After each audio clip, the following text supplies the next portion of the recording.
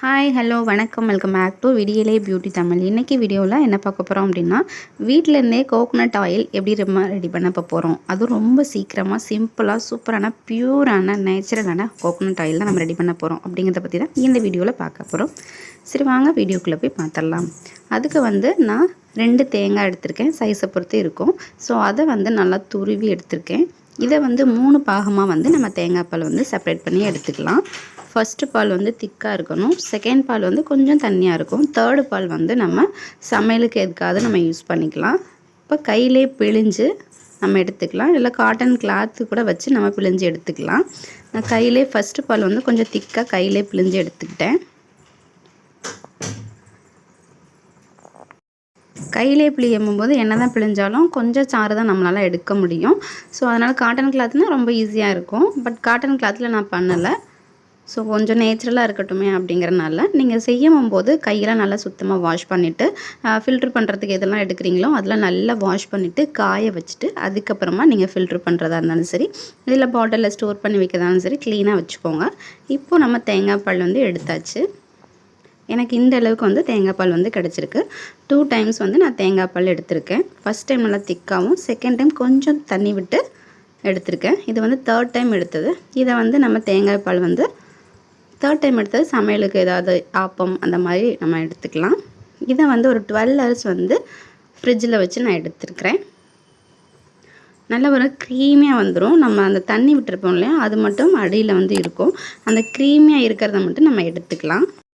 அந்த அடியில் இருக்க தண்ணி இல்லாமல் நம்ம அந்த க்ரீமை மட்டுமே எடுத்து வேற ஒரு பவுலுக்கு நம்ம ட்ரான்ஸ்ஃபர் பண்ணிக்கலாம்.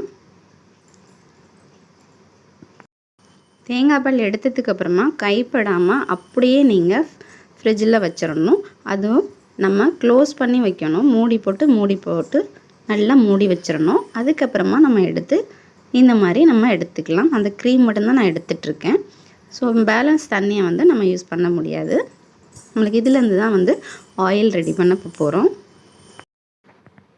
இந்த ஆயிலை நம்ம பிறந்த குழந்தைக்கெலாம் பாடி மசாஜுக்காக யூஸ் பண்ணலாம், நம்ம ஹேருக்கு யூஸ் பண்ணலாம், ஸ்கின்னுக்கு யூஸ் பண்ணலாம். ஸோ ரொம்ப நேச்சுரலாக இருக்கும். இப்போது அந்த க்ரீமெல்லாம் நான் ஒரு கடாயில் போட்டு நல்லா கிளறி விட்டுக்கிட்டே இருக்கேன். ஸோ இதை செய்கிறதுக்கு ஒரு மேக்ஸிமம் 45 minutes ஆகும். கொஞ்சம் நம்ம டைம் எடுத்து இதை செஞ்சிட்டோம் அப்படின்னா சூப்பராக ரிசல்ட்டு கிடைக்கும். நல்ல ஒரு நேச்சுரலான கோகோனட் ஆயில் கிடைக்கும். இதை அப்படியே கிண்டிக்கிட்டே இருக்கணும். விட்டோம் அப்படின்னா கொஞ்சம் அடி பிடிச்சிரும். ஏன்னா நம்ம க்ரீமாக தான் நம்ம ஆட் பண்ணியிருக்கோம். தேங்காய் அடி பிடிச்சிரும். ஸோ கொஞ்ச நேரத்துலேயே அந்த தேங்காய் ஆயில் உங்களுக்கு பிரிஞ்சு வர்றது தெரியும்னு நினைக்கிறேன்.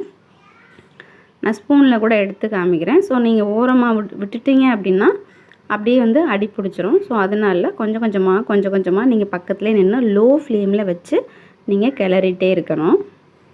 இப்போ உங்களுக்கு ஆயில் வெளியில் வந்திருக்கிறது நல்லாவே நேச்சுரலாக தெரியும்னு நினைக்கிறேன். ஸோ இப்போ அந்த ஆயிலை நான் உங்களுக்கு எடுத்து காமிக்கிறேன். ஸோ ஆயில் நல்லா பிரிஞ்சு அந்த தேங்காயிலேருந்து பிரிஞ்சு அந்த ஆயில் மட்டும் வெளியில் வந்திருக்கிறது தெரியும். ஸோ இது ஒவ்வொரு தேங்காயை பொறுத்து நம்மளுக்கு வரும். இப்போ நல்லா அந்த தேங்காய் பிரிஞ்சிருச்சு. ஆயில் தனியாகவும் அந்த தேங்காய் சக்கை தனியாகவும் நம்மளுக்கு பிரிஞ்சு வந்துருச்சு. இது எவ்வளோ நேரம் இருக்கணும் அப்படின்னா, எந்த ஸ்டேஜில் நம்ம அடுப்பை ஆஃப் பண்ணணும் அப்படின்னா, நம்மளுக்கு ஒரு ப்ரௌன் கலரில் கோல்டன் கலரில் வரணும். ஸோ அந்த டைமில் நம்ம அடுப்பை ஆஃப் பண்ணிடலாம். இப்போ நல்லா தனித்தனியாக வந்துருச்சு. இந்த ஆயிலை நீங்கள் ஒன்ஸ் ரெடி பண்ணி வச்சுக்கிட்டிங்க அப்படின்னா கிடவே கிடாது. நம்ம ரெடி பண்ணுற மெத்தடு தான் இதில் இருக்குது. நமக்கு இந்த மாதிரி மெத்தடில் நம்ம ரெடி பண்ணி வச்சிட்டோம்னா ரொம்ப நாளைக்கு நம்ம வச்சுக்கலாம். இப்போ நம்மளுக்கு அந்த கோல்டன் ப்ரௌன் கலரில் வந்துருச்சு. ஸோ இந்த டைமில் நம்ம ஃப்ளேமாக அடுப்பை ஆஃப் பண்ணிடலாம். ஆஃப் பண்ணிவிட்டு கொஞ்சம் நேரம் ஆற வச்சிடலாம்.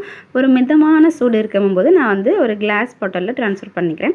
கிளாஸ் பாட்டிலில் நீங்கள் ட்ரான்ஸ்ஃபர் பண்ணும்போது ரொம்ப நாளைக்கு நம்ம இதை ஸ்டோர் பண்ணி வைக்க முடியும், கெடாமலும் இருக்கும். ஸோ அதனால் இந்த மாதிரி பாட்டிலில் நம்ம ஸ்டோர் பண்ணிக்கலாம். ஸோ மிதமான சூட்டில் இருக்கும்போது நம்ம ஆட் பண்ணிக்கலாம். ரொம்ப சூடாக இருக்கும்போது பாட்டிலில் ஊற்றக்கூடாது. ஸோ அதனால் அதையும் கொஞ்சம் நீங்கள் பார்த்து ஆட் பண்ணிக்கோங்க. நான் நல்லா கையில் தேய்க்கிற அளவுக்கு ஒரு மிதமான சூட்டில் இருக்கும்போது தான் நான் ஃபில்ட்ரு பண்ணிக்கிறேன். இப்போ சூப்பரான நேச்சுரலான கோகோனட் ஆயில் ரெடி ஆயிடுச்சு. ஸோ இந்த வீடியோ பிடிச்சிருந்துச்சுன்னா லைக் பண்ணுங்கள், ஷேர் பண்ணுங்கள், கமெண்ட் பண்ணுங்கள். தேங்க்யூ.